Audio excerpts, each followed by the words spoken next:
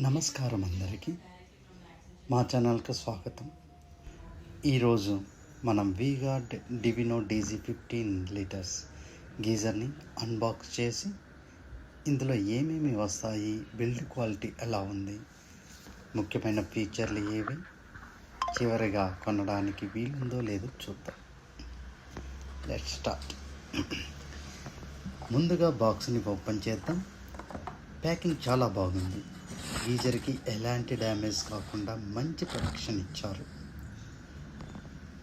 బాక్స్లో geyser, user manual, warranty card, mounting accessories, అలాగే safety ball ఉన్నాయి.